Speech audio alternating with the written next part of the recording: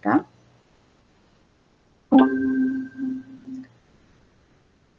Então, inicialmente, vou rever com vocês o conceito de praga agrícola. Esse conceito, ele se refere aos danos ocasionados por um inseto que tem hábito de alimentação fitófago. O que é um hábito de alimentação fitófago? Fito, fago, alimentação, fito, plantas, né? Que se alimenta de plantas. Nós temos dentro da classe insecta indivíduos que se alimentam mastigando folhas, se alimentando de frutos, se alimentando de raízes, sugando a seiva de plantas. Então, nós temos uma diversidade de hábitos alimentares dos insetos fitófagos.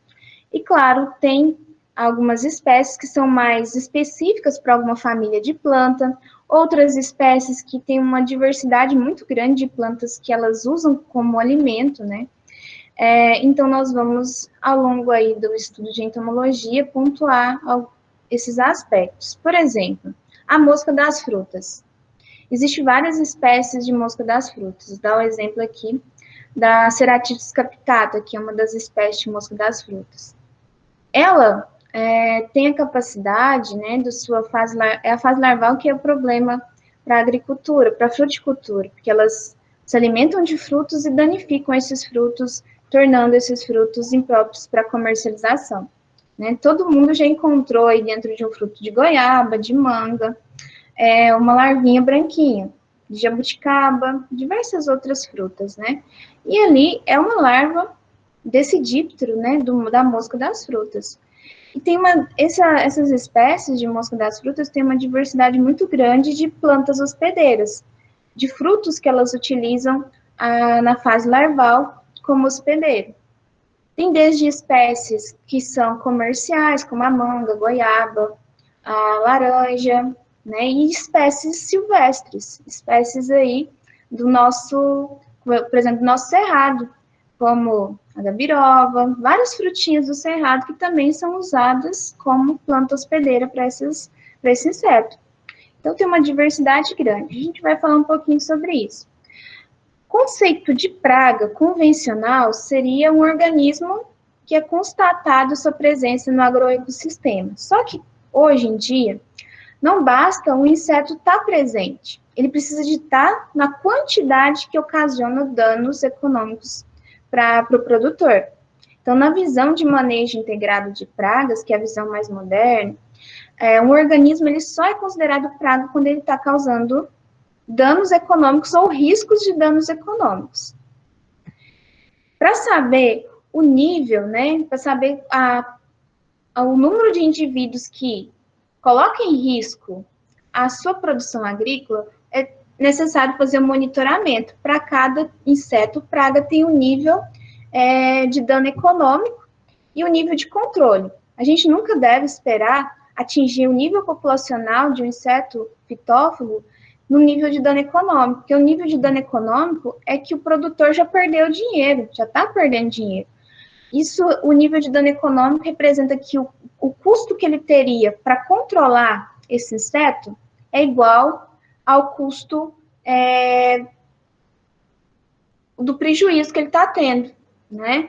Então, o valor do custo do controle está empatando ali com os seus prejuízos. Então, vocês como futuros técnicos, nós da área, né, sempre temos que trabalhar com o controle da praga quando ela está no nível de controle, o NC. Aqui nesse gráfico vocês veem bem.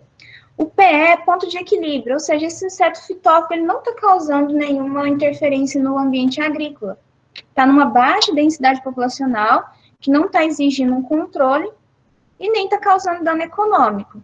Por que não está tendo um crescimento dessa população? Por aspectos ambientais, o clima não está favorável, às vezes, ou por um aspecto dos inimigos naturais desse inseto, fungos entomopatógenos, predadores, parasitoides, estão fazendo o controle biológico e esses insetos estão abaixo ali, não estão sendo um risco para o produtor. Só que quando Esse nível populacional, ou seja, o número de pragas amostradas na área, ele atinge o NC, que é o nível de controle, aí tem que entrar com controle, né? Para que não atinja o nível de dano econômico, que é o NDE aqui, ó, que vocês estão vendo, tá? O controle nunca deve ser feito quando já atingiu o nível de dano econômico, que aí não tem jeito, o produtor já está perdendo dinheiro com os prejuízos causados por esse inseto, praga, e também, se ele for controlar, ele vai gastar muito e não vai ser eficiente. Então, tem que fazer o controle abaixo desse nível de dano econômico, quando está no nível de controle, tá? Só que quando a gente fala nesse controle adotado aqui, seria o controle químico, né? Porque o controle químico tem uma resposta rápida. Mas quando vai se adotar um controle biológico, esse controle biológico ele tem que ser feito desde o início do cultivo. Porque o controle biológico ele não tem uma resposta rápida igual o controle químico, que você aplicou hoje, amanhã o inseto está morto. Né? O controle biológico ele é lento, tem que ser constante. Então, se numa propriedade, por exemplo, de morangos, né, o produtor ele quer adotar um controle biológico do ácaro rajado no morangueiro, ele tem que iniciar isso lá no princípio do seu cultivo, liberar o ácaro predador, que temos ácaros que comem os ovos, e a fase de ninfa desse ácaro fitófago. Então, tem que ser liberado os agentes de controle biológico ali no início do cultivo, ele não pode esperar ter uma população explodindo ali de ácaro rajado, que é uma praga, né, do morangueiro, um ácaro praga, e ali ele começar a pensar em controle biológico, tá? O controle biológico, ele tem que ser constante, não é aplicar hoje e achar que você vai estar resolvendo o problema com controle biológico só pontualmente, só quando a praga está em níveis altos de níveis populacionais, tá? Uma grande população, tem que ser constante. Agora, o controle químico, como ele é rápido, ele tem uma resposta ali de mortalidade do inseto praga rápido. Aplicou, algumas horas depois você já vê o inseto morto, né? Dependendo do mecanismo de ação desse produto. Temos alguns que são mais lentos também. O inseto fitófago, quando ele está em baixa população, no nível ali de equilíbrio, né, que vocês estão vendo aqui o ponto de equilíbrio, ele não é considerado uma praga agrícola, tá? Como eu disse na aula passada, e só reforçando para vocês, a tomada de decisão do controle, ela tem que ser baseada em monitoramento, ou seja, o técnico responsável por aquela área, o próprio produtor, ele também tem muita experiência, ele consegue visualizar os problemas sanitários muito bem na área, fazendo as vistorias, os monitoramentos na área, identificando esses níveis populacionais. Como identificar? Para cada inseto praga tem uma forma de monitoramento. Por exemplo, para a mosca das frutas, tem armadilhas próprias para capturar a mosca das frutas. A armadilha, por exemplo, a McPhil, né? Para pulgão, armadilhas adesivas de coloração amarela. Para trips, armadilha adesiva de coloração azul, que o azul se estudou que o azul atrai mais a trips, né? Para, por exemplo, Helicoverpa zeia, que causa danos em diversas culturas. Nós temos aí o feromônio, que é liberado, colocado em armadilhas dentro da lavoura, para fazer o monitoramento. O bicudo, o uso de feromônio também, o feromônio de agregação, que vai ser liberado e vai conseguir monitorar o nível populacional dessas pragas na área. Então, tem várias formas de monitorar, dependendo do inseto praga. E ao longo aí do curso, né, ao longo desse trimestre, a gente vai falar de alguns casos desses, né? Quando a gente considera um ácaro, um inseto que causa um dano direto, ou seja, aquele dano na estrutura vegetal, uma lagarta que come a folha, né, as lagartas, que é a fase larval aí das borboletas, das mariposas, elas têm o hábito do dano direto, de danificar a folha, algumas danificam vagens, frutos, raízes, né? Então, isso é um dano direto. Então, vai depender da quantidade desse inseto na área, e isso é estudado. Por exemplo, nível de controle da helicoverpa, você tem um número, né? O número de controle da Spodoptera. Para cada espécie, tem estudos, principalmente essas espécies que são mais comuns de ocorrer na nossa agricultura. Já insetos que estão relacionados com transmissão de doenças, agentes vetores, insetos vetores e também ácaros, né? Temos ácaros vetores de vírus. Para o nível de controle, ele é considerado praga quando existe um na área. Porque, por exemplo, um psilídeo, que é o vetor do greening, né, da bactéria que causa o greening, que eu já falei tanto aqui para vocês. Um inseto infectado, ele transmite a doença para muitas plantas. Então, depende do tipo de ação desse inseto, né, fitófago, tá? O pulgão, a trips, também são vetores de doença, a mosca branca. Então, o nível de controle desses insetos são vetores, uma área já é momento de entrar com controle, muitas vezes, tá? E são danos diretos e indiretos. Isso aqui também eu falei para vocês na última aula, mas vamos revisar. Danos diretos são, por exemplo, aqui, isso aqui é tudo dano indireto. Dano direto aqui do ácaro, o ácaro rajado. O ácaro rajado, ele se alimenta ali dos tecidos da folha, da planta, né? Ele vai destruindo. Então, vendo aqui a folhinha do morangueiro, todos com uma coloração mais amarelada, né? Isso são todos tecidos que estão sendo usados aí para alimentação dos ácaros, que vão destruindo esses tecidos da planta. Isso é um dano direto. Uma lagarta, temos várias espécies, né? Spodoptera, lagarta da soja, Helicoverpa zé, Helicoverpa armígera. Temos uma Agroticipes, uma infinidade aí de insetos, que são lagartas desfolhadoras, né? Elas causam também danos diretos, estão alimentando da estrutura da planta.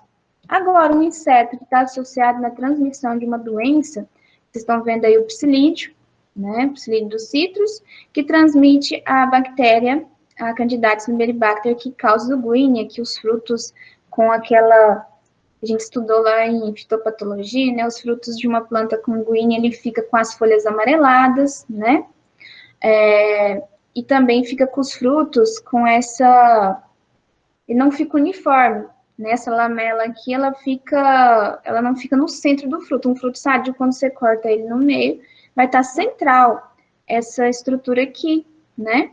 Que é os gomos ali, a divisão dos gomos da laranja. Ela fica deformada. Outro exemplo, aqui é o Brevipalpus fênix, que é o ácaro da leprose. Ele causa, o pior problema dele não é o dano direto, é o dano indireto, que é a transmissão do vírus da leprose. Vocês estão vendo folhas de laranja e o fruto de laranja com sintomas do vírus da leprose que foi transmitido por esse ácaro. Então, isso é um dano indireto, tá? O dano direto é a da alimentação direta desses insetos ou ácaros, né?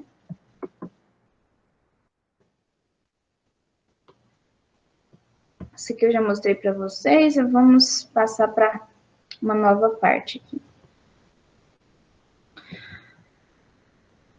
Os prejuízos ocasionados pelos insetos pragas. Todos vocês, né, mesmo na horta de casa, já viram, por exemplo, na couve sendo destruída por uma lagartinha, nos frutos que vocês cultivam em casa, ou já visitaram a fazenda, ou já compraram mesmo algum fruto que esteja com algum dano por inseto, né? Então, os insetos pragas, né, eles causam grandes prejuízos se não forem controlados, e é prejuízo na ordem de milhões, né, de perdas aí, se não tiver um controle eficaz. Segundo o Departamento de Agricultura dos Estados Unidos, cerca de 5 mil novas espécies são coletadas e classificadas anualmente, espécies de insetos pragas, né? Os danos causados pelos insetos às plantas são variáveis, né? Tem prejuízos que dependem da espécie, por exemplo, tem espécies que só se alimentam de folha, outras que só sugam seiva. Insetos que sugam seiva e transmitem viroses. ou sugam seiva e liberam uma toxina na planta, caso da cigarrinha, das pastagens, né? Então, depende da espécie o prejuízo, depende da quantidade de insetos na área, né? E para saber o momento certo de controlar, tem que monitorar, né? Do estágio de desenvolvimento do inseto. Vou dar como exemplo aqui. A lagartinha, a coruqueira da couve. Ela não é praga na fase adulta, tá? Na fase adulta, ela se alimenta de néctar, ela se alimenta de exudados de plantas, mas o problema dela é na fase de larva. Na fase larval, ela é uma praga que se alimenta de algumas plantas, plantas da família das brascas, couve, repolho, né? Couve-flor.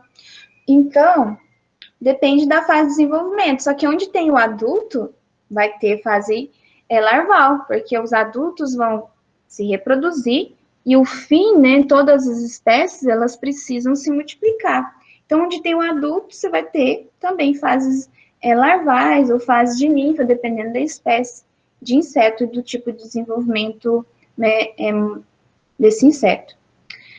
Depende da estrutura vegetal atacada. Por exemplo, a coruqueira da couve ataca folhas, né? Já, deixa eu pegar aqui um outro exemplo. A cigarra. Ela é problema na fase de ninfa, que ela suga a seiva das raízes de plantas, né? Então, cada inseto tem um hábito alimentar. Outro ponto que vai depender dos prejuízos. A duração do ataque da praga.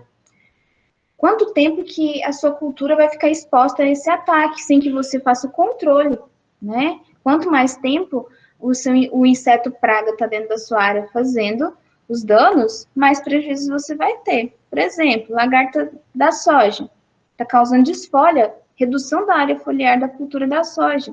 Quanto mais tempo o produtor demora para identificar esses danos na área, mais perdas ele vai ter, porque menos área foliar, menos grãos, menos fotossíntese, menos grãos, né? Então, os danos ocasionados dependem desses fatores. E poderá haver, de acordo com também tem as condições ambientais, tá? Eu não listei aqui, mas condição ambiental também favorece ou desfavorece o aumento populacional de uma praga. No verão, primavera, verão, esse clima mais quente e com chuvas, né, que já iniciam na primavera e vão no verão, isso facilita muito o desenvolvimento dos insetos, da maioria deles. Já a época de inverno mais fria, o ciclo dos insetos fica mais lento, o número de dias de ovo adulto é mais longo, então depende também das condições climáticas. Os danos ocasionados por uma praga, ele é variável de um país para outro, principalmente porque das características climáticas, né? Também depende das técnicas agronômicas usadas num país e no outro, e das características socioeconômicas, de como aquele país enfrenta os problemas sanitários das culturas, né? Então, tem variação. E a maioria dos insetos, por exemplo, a Helicoverpa armígera, que relativamente recente no nosso país, né? Foi identificada aqui no nosso território em 2011, mas ela já estava presente em diversos outros países, causando danos. E quando identificaram ela aqui no Brasil, ela já apresentava resistência aos principais mecanismos de ação de inseticida. Então, foi difícil controlar ela no início, porque ela já veio aí, né, com um longo histórico de seleção de resistentes pelo uso massal de inseticidas em outros países. Então, já chegou aqui devastadora.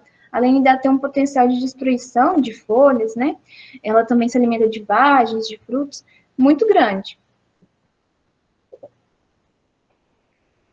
Aqui falando dos danos diretos e indiretos, né? Os diretos, como eu falei, mas também só pontuando, por exemplo, o dano direto no morangueiro. É quando um inseto danifica a parte comercial do tomate. Uma lagarta que danifica o fruto do tomate, né? Os indiretos entrariam os danos às outras estruturas da planta.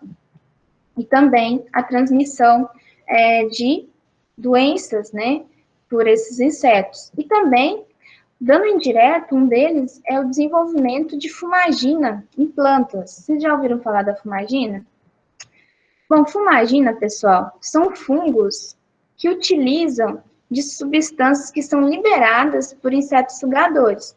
Quando você tem uma planta, por exemplo, de limão, de laranja, que está sendo atacada por cochonilha, que é um inseto sugador, ou por pulgão, esses insetos sugadores, quando eles se alimentam, eles liberam uma grande quantidade de uma substância muito adocicada, porque a seiva ela tem muitos aminoácidos, né? Então, essa substância é chamada até de honeydew, é o excremento desses insetos sugadores, como cochonilha, pulgão, mosca branca. E essa substância açucarada que esses insetos sugadores excretam, ela é utilizada por um fungo que vai crescer, usar como meio de cultura essa substância açucarada expelida por esses insetos sugadores, né? E aí, aqui a gente falando especificamente da fumagina dos citros, a espécie de fungo que cresce sobre essa substância açucarada é o Copinodium citri. Vocês estão vendo aqui embaixo uma fruta de laranja com essa coloração escura por cima dela. Isso aí é a fumagina. É o fungo que está associado a um inseto sugador. Onde você vê fumagina é porque tem inseto sugador ali, e esse fungo está se aproveitando, né? Ele está associado a essa substância açucarada liberada pelos insetos sugadores e vai crescendo e causa prejuízos, tá? Quando a fumagina desenvolve sobre as folhas da planta, reduz fotossíntese, nos frutos, reduz o valor econômico desses produtos agrícolas, como o fruto de laranja, né? Então, isso também é um prejuízo indireto de insetos sugadores, como cochonilha, pulgão, mosca branca, tá? Quando vocês virem isso em plantas de limão, de laranja, de outras culturas, podem saber que teve ou tem ali insetos sugadores naquela planta, e é esse fungo, né, chamado de fumagina, que dá esse aspecto escurecido sobre as estruturas vegetais, é um fungo que está associado, está usando como substância aí nutritiva esse excremento desses insetos sugadores. Quando a gente fala em prejuízos ocasionados, né, ao longo da história da agricultura, muitos países tiveram a economia, o suprimento de alimentos afetados por pragas. Vou dar um exemplo aqui primeiro. Em 1867, a França sofreu um impacto muito grande na produção de uvas, né, devido à presença do pulgão da videira, que dizimou em pouco tempo os vinhedos, boa parte dos vinhedos que tinha em uma parte do país, né. Isso prejudicou muito a economia, né, a produção de vinho baixou muito, e aí a França estabeleceu um prêmio, né, para quem conseguisse controlar essa praga. Só para vocês verem, isso aqui é a foto do pulgão da videira, e aqui o dano na folha da videira. Estão vendo? Esse monte de galhas, né, na folha, prejudicando a fotossíntese e a produção de frutos, e na região ali de produção de vinhos, teve uma queda muito drástica nessa produção de vinhos. O pulgão, ele ataca parte aérea e também ataca raízes, tá? O ataque das raízes causa os maiores danos, podendo até matar a planta. O ataque nas folhas vai reduzir a produtividade, como vocês viram ali, claro, vai interferir na produção de fotossíntese, na produção de frutos. Então, nessa época, lá em 1867, quando surgiu esse problema na França, foi um grande desafio. E aí foram estudar que poderiam usar existiam variedades mais resistentes, e aí começaram a usar essas variedades como a Vitis labrusca, né, que é uma variedade americana de videira, e ela tinha um sistema radicular resistente.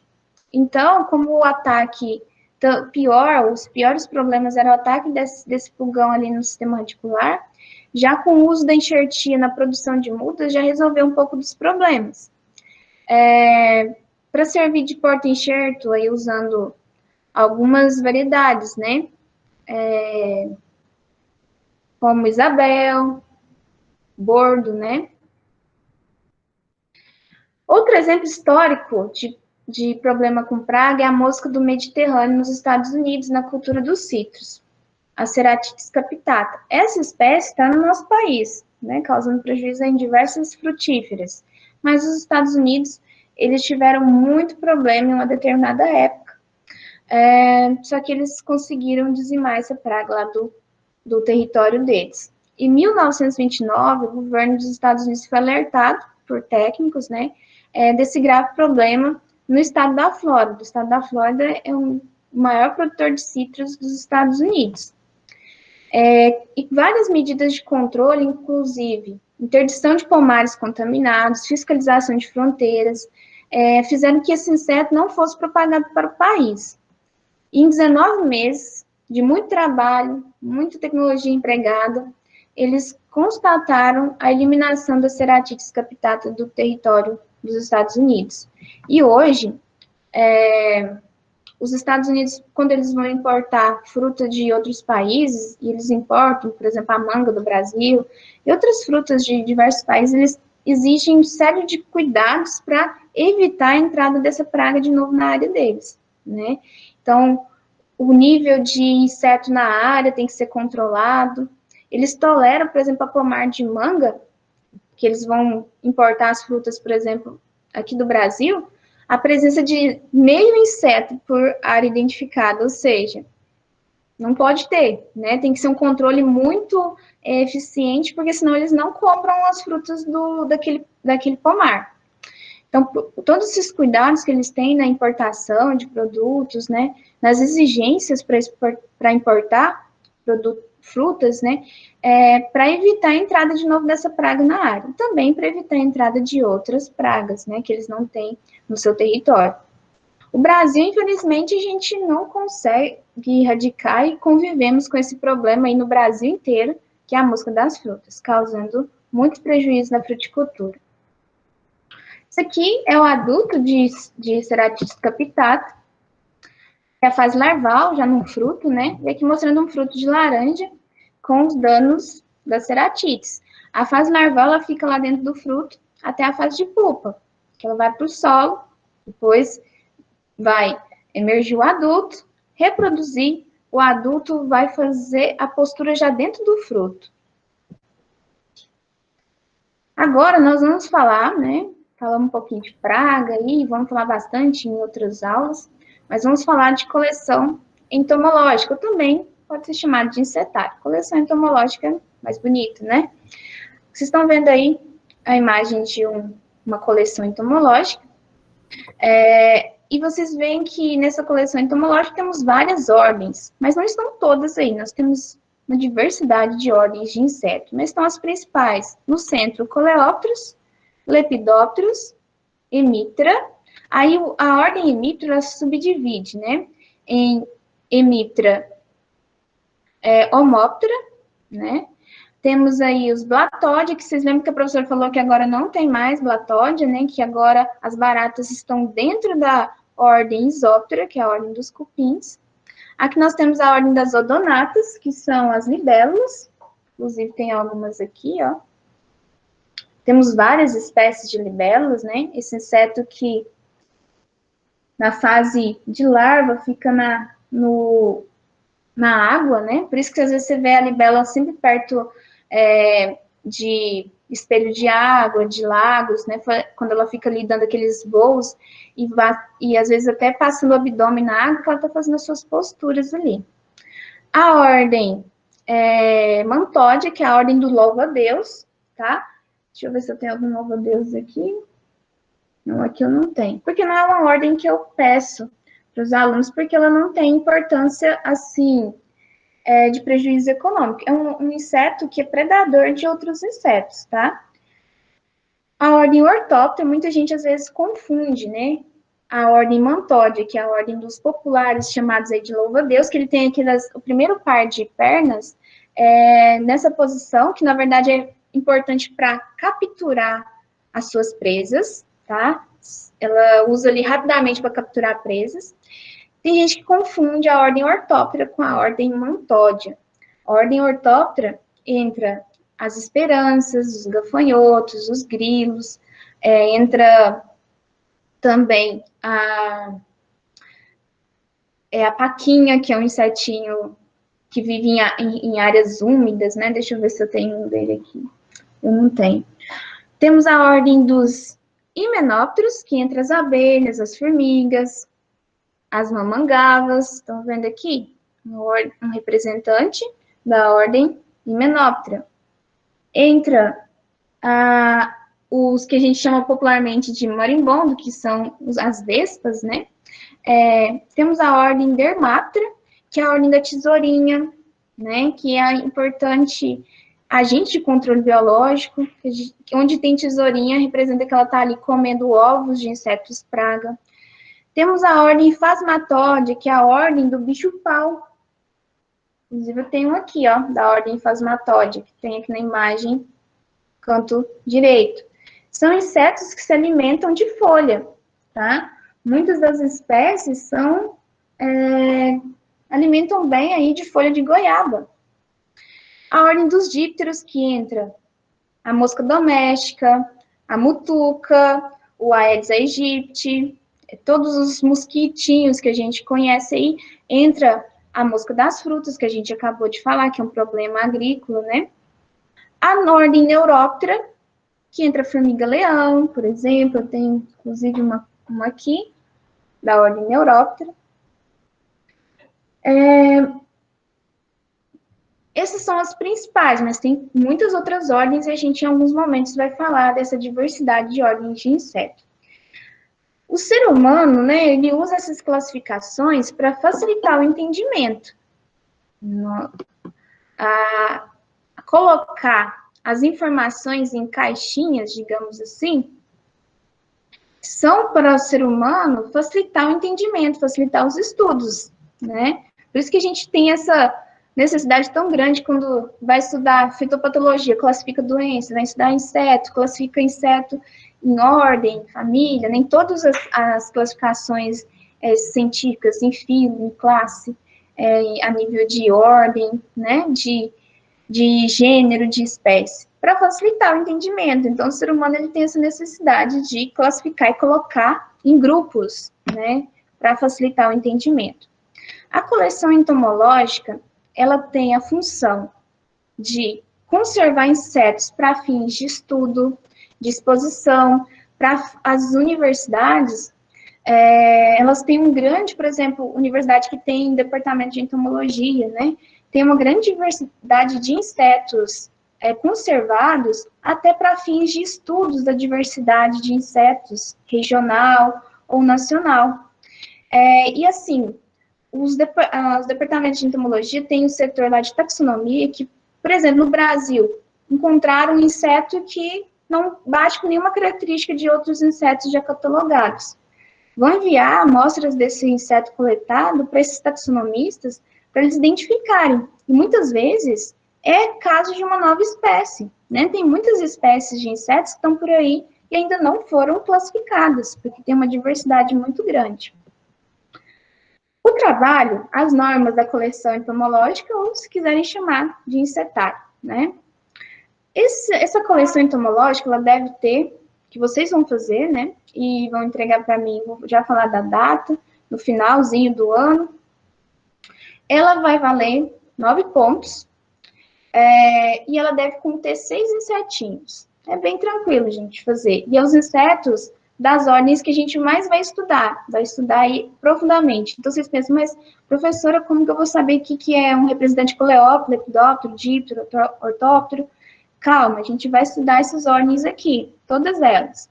Então, ao longo que a gente vai estudando, vocês vão ver muitos exemplos, tá? E, claro, também, controle inseto. Professora, essa aqui é da ordem coleóptero, estou em dúvida.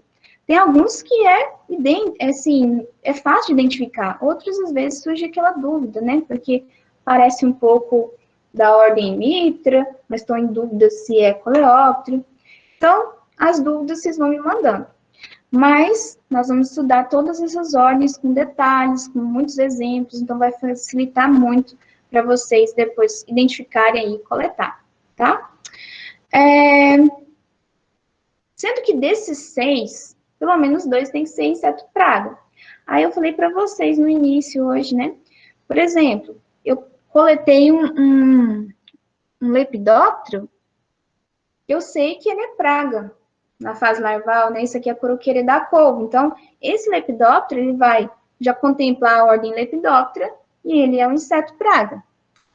A cigarra, ela é da ordem Hemiptera, e já vai contemplar a praga, porque ela é uma praga agrícola, né?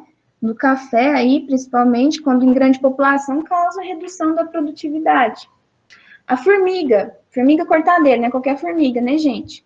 Formiga cortadeira é uma praga agrícola, porque ela corta as folhas para cultivar o fungo. Então, encontrei uma formiga cortadeira, ela é da ordem Hymenoptera e já é um representante praga, certo? Então, não é difícil de achar aí 2 praguinhas dentro dessas 6 ordens. Então, são 6 insetos. Desses 6, 2 tem que ser inseto praga, tá bom? Como eu disse, vai valer 9 pontos. A data de entrega, que na verdade já vou falar, né, que vai ser as fotos, vocês vão me enviar. Não é possível a gente fazer a entrega física. Então, vai ser até dia 25/11. Quem for fazendo antes já pode ir enviando, mas já vou falar de como enviar. Cada inseto vai valer 1,5 ponto. O que eu vou avaliar em cada inseto, né? Isso aqui, gente, da identificação da tampa, vocês podem até fazer, né? Mas não vai ser uma exigência tão pedida agora, porque vai ser entrega virtual, né? Do trabalho. Mas é uma norma, então colocar essa etiqueta. Então, é bom, às vezes, já ir aprendendo, né? Quem for fazer agronomia já vai chegar lá sabendo de todas as normas, né, do insetário.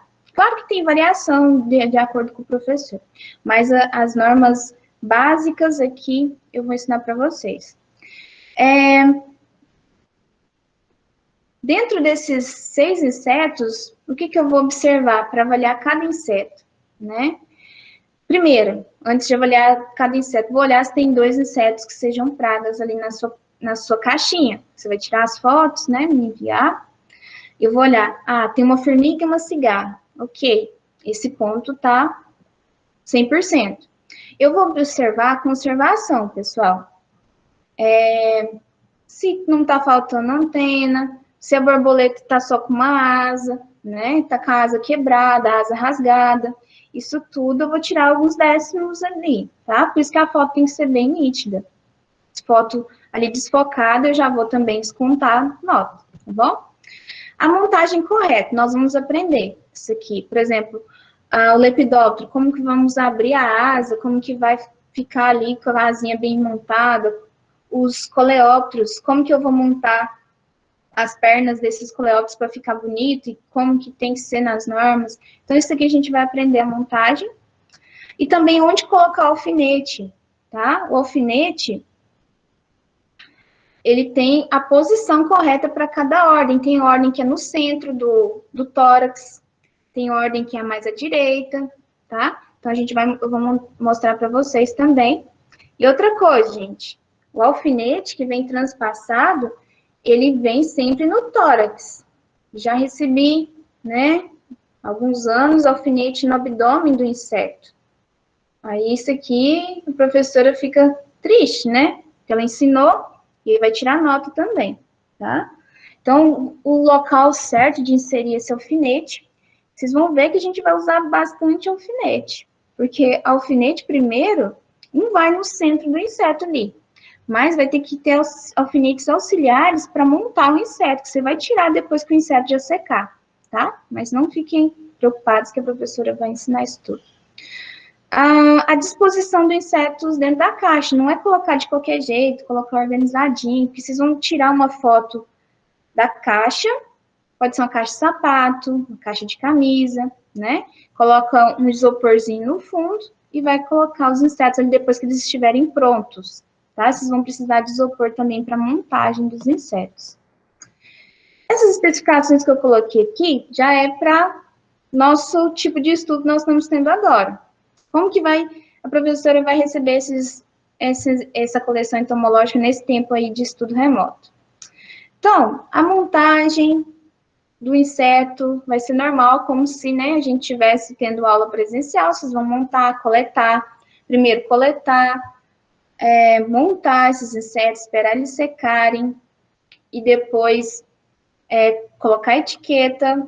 As etiquetas, gente, não preocupa, que tem um arquivo de Excel que eu vou colocar lá no virtual, que aí é só vocês abrirem ele, mudar os dados de data, de coletor e imprimir, que ela já está no tamanho certinho. Mas assim, falar, professora, nesses tempos de pandemia, não estou tendo acesso à impressora e tal. Aí a gente conversa, tá? E pode fazer até à mão também, especificamente nesses casos que a gente tá bom? Não vai impedir de você fazer o trabalho se eu não conseguir imprimir nada, sem problema, viu, gente? Bem maleável, você sabe que a gente está tentando, no máximo, aí, oportunizar todo mundo de fazer os trabalhos, mesmo ali com as restrições que a gente está tendo nesse tempo de pandemia. Então, professora, não vou conseguir imprimir. Tudo bem, vai fazer à mão, tá bom? Então, não se preocupem com isso, só ir conversando com a professora, não precisa pensar assim, eu não tenho como imprimir etiqueta, não vou fazer o trabalho. Não precisa se preocupar que vai dar um jeito, faz à mão, tá bom? Como que eu preciso das fotos para me avaliar esse inseto? Eu vou precisar de uma foto, vou pegar um inseto aqui, para mostrar. Eu vou precisar de uma foto da parte de cima do inseto, né? Você vai tirar uma foto bem nítida dessa parte, para me ver como que tá a montagem das asas, por exemplo, para me ver como que tá a posição do alfinete. Vocês vão tirar isso do mesmo inseto, né? São 6 insetos, vocês vão fazer, na verdade, vocês vão tirar 3 fotos de cada inseto, tá? Uma foto da parte de baixo, que eu vou ver a posição do alfinete embaixo, vou ver, no caso dos coleópteros, deixa eu pegar um aqui, como que tá a posição das perninhas, porque o inseto não morre assim bonitinho, não, gente. Tem que montar as perninhas dele para ficar bonitinho assim. E sempre na posição como se estivesse em repouso, tá? Como se ele estivesse sobre uma superfície em repouso. E quando ele morre, muitas vezes ele morre com as perninhas assim, todas entrelaçadas no corpo, tá? Então, eu quero uma foto da parte de cima, mostrando 2 exemplos aqui. Deixa eu pegar aqui melhor. Aqui um coleóptero e um lepidóptero, né? Uma foto da parte de cima, do dorso, e uma foto da parte de baixo, para me ver como que tá montado aqui, e também a estrutura da etiqueta. E uma foto mais detalhada da etiqueta, para mim conseguir ler o que está escrito, tá? Você vai tirar pode até tirar as etiquetas e tirar a foto. Então, para cada inseto, eu preciso de 3 fotos para me corrigir. Depois que vocês tirarem as 3 fotos, vocês vão organizar num arquivo essa sequência de fotos, né? Primeiro inseto, as 3 fotos, segundo, terceiro inseto, e vão organizar no arquivo, salva em PDF e me envia. Para o meu e-mail, que vocês já enviaram trabalhos, né? Para o alinefranco@iftm.edu.br. E vocês vão escrever lá no título do e-mail o nome completo de vocês, escrito coleção entomológica, como eu coloquei aqui, ó. Coloquei meu nome, uma barrinha, né? Underline coleção entomológica. Para estar recebendo e corrigindo, tá bom? Eu vou continuar amanhã, mas eu primeiro vou falar desses materiais e a gente continua falando amanhã, que amanhã vou especificar como montar os insetos, começar a falar, vamos ver se vai dar tempo de falar de tudo, porque eu quero ser bem detalhista. E vocês, pessoal, podem ir perguntando, tá? Pode ir tirando as dúvidas, para que não tenha...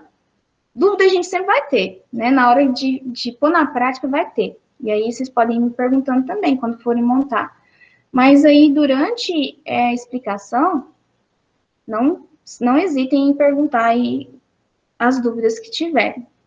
Os materiais que vocês vão precisar, basicamente, pessoal. Uma placa de isopor para montar os insetos, tá? Alfinete. Alfinete, gente, é alfinete de costura mesmo, tá? Eu não vou exigir que vocês comprem de jeito nenhum que eu exijo alfinete entomológico, porque é caro, você vai achar na internet, assim, até é fácil, né, porque a internet chega em casa, mas não de jeito nenhum que eu vou exigir vocês comprarem alfinete entomológico, tá bom? Então, comprar mesmo o alfinete na casa de aviamentos, procurar comprar uns alfinetes maior. Por quê? Porque tem inseto que tem o corpo muito robusto. Estão vendo esse aqui? Tem até essa parte de cima coloridinha. Ele é até bom. Porque, por exemplo, você vai transfixar um inseto com esse corpo aqui, ó. Esse coleóptero aqui. Se você for pegar um alfinete muito pequenininho, ele não vai passar no corpo, certo? Mas aí tem insetos também muito pequenininhos, que se você usar um alfinete muito grosso, você destrói o corpo do inseto, tá? Mas esse alfinetinho aqui que vocês estão vendo, esse aqui é o básico que a gente acha em casa de aviamento, né? Esse aqui, ele dá para fazer tudo, tá? Mas também se vocês encontrarem esses coloridinhos aqui, também dá para fazer. Ele não é muito grosso, pega um desse, mais ou menos dessa grossura aqui, dá para vocês fazerem a montagem, tá bom? Então, alfinete e isopor. O caso aí que tá escrito naftalina ou cânfora, pessoal, é para evitar, porque isso acontece, viu? Às vezes você tá com seu insetário perfeito, vem umas formigas, entra na sua caixa de sapato lá e come seus insetos todos. Tem formiga que come inseto ali, os insetos já secos, se alimentam do exoesqueleto do inseto. Tem formiguinhas que fazem isso e outros insetos também. Então, a naftalina ou a cânfora, tá? Naftalina tem um cheiro muito ruim, né? Então, às vezes, se você quiser optar pela cânfora, eu acho que cânfora encontra em farmácia, tá? Vocês podem fazer essa opção. Ou, se não quiserem usar, aí vem o risco, né, de ter um insetário destruído, mas se vocês fecharem direitinho, né, caixa de sapato, você sabe que sempre vai ter aquela entradinha, né, e formiga entra por qualquer buraquinho. Então, tem que cuidar para não ter um insetário destruído. Mas a gente sabe que naftalina incomoda bastante o cheiro, então é uma opção de vocês, tá? Vão precisar de uma caixa de sapato ou de Se canudinho. jogar Baygon na caixa dá certo também? Não recomendo, porque é tóxico, né? Mas pode ser, já que você não vai entregar para a professora, né? Mas aí depois se manipular, uma hora às vezes, por mais que fala que Baygon assim não intoxica, gente, mas você vai manipular seus insetos ali, você vai acabar às vezes intoxicando, né? Por mais que ele é bem leve, mas não é recomendação, não recomendo, tá bom? E vocês vão precisar de potes.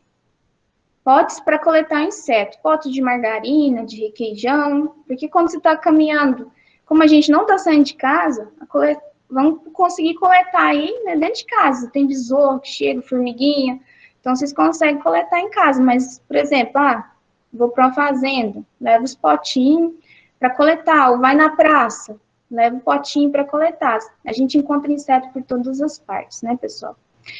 E as etiquetas, como eu disse para vocês, eu vou disponibilizar o arquivo, mas para quem não conseguir fazer impressão, vai poder fazer à mão, tá bom? Só mostrando aqui, isso aqui são os alfinetes entomológicos, mas não exijo de forma alguma que vocês comprem os alfinetes entomológicos, tá? Só mostrando que esses são os próprios para montagem de insetos, mas de forma alguma eu faço essa exigência, tá? Deixa eu mostrar um aqui com alfinete entomológico. Esse aqui está sendo usado alfinete entomológico. Alfinete entomológico, quando você entra no site, esses sites, agora eu não estou lembrado do nome, mas sites próprios para materiais entomológicos, você vai achar de vários tamanhos, de vários diâmetros, tá? Tem uma variedade. Então, os que são mais fininhos são mais próprios para insetos pequenos, muito pequenos, por exemplo, joaninha, né? Insetos minúsculos. O de diâmetro médio, ele serve para grande parte dos insetos.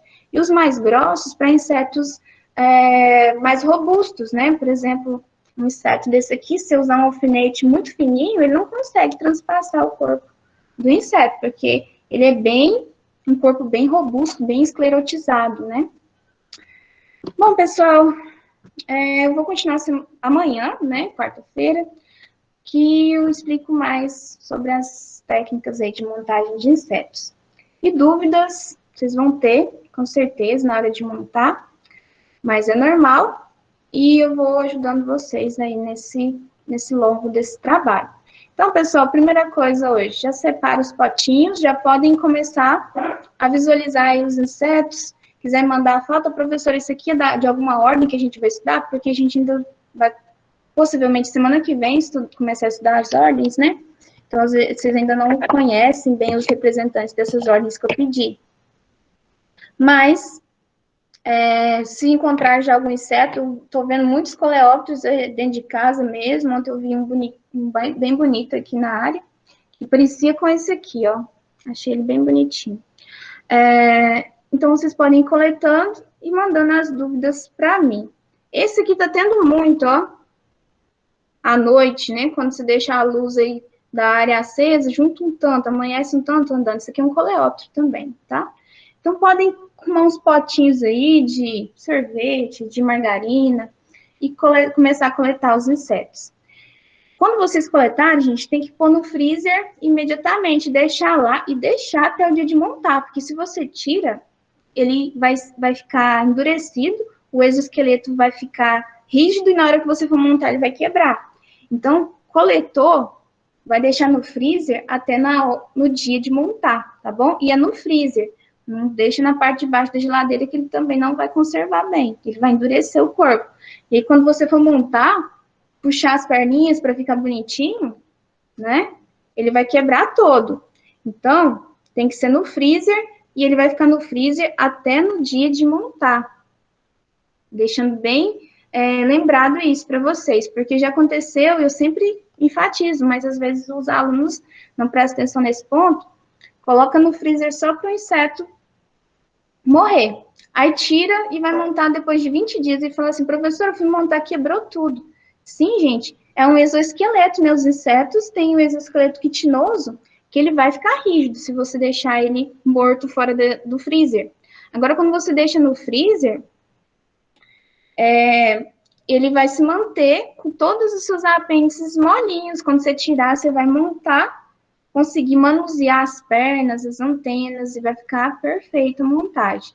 Então, enfatizando, vai colocar no freezer, vai tirar só no dia de montar, tá bom? Você tira uns 20 minutinhos antes da montagem.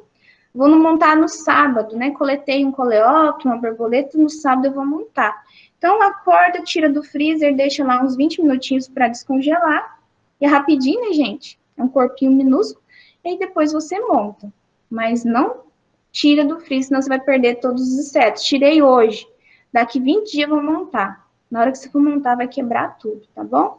Então, é só uma dica aí, para que vocês não percam tempo, né, coletando inseto e depois perder tudo, tá bom? E os insetos, tem muitas espécies que têm antena muito frágil, por exemplo, a esperança. Tem antena, deixa eu mostrar aqui uma esperança. A esperança é um representante dos ortópteros, tá? A antena, acho que nem tá dando para ver aqui, né, no vídeo, mas a antena da esperança é muito sensível. O que acontece muitas vezes? Você congela, coloca no potinho lá e ela quebra toda dentro do potinho. Então tem que ter muito cuidado com isso também. É bom forrar com o papel higiênico mesmo, pega e forra para evitar o atrito ali durante aquele processo, que ela pode quebrar as antenas, quebrar algum outro apêndice, né? Ou também o papel toalha, tá? Forra o seu potinho para evitar o atrito do inseto ali no processo, né? Que ele tá no freezer e que pode danificar as antenas, tá bom? A gente amanhã continua. Alguma dúvida pontual, pessoal?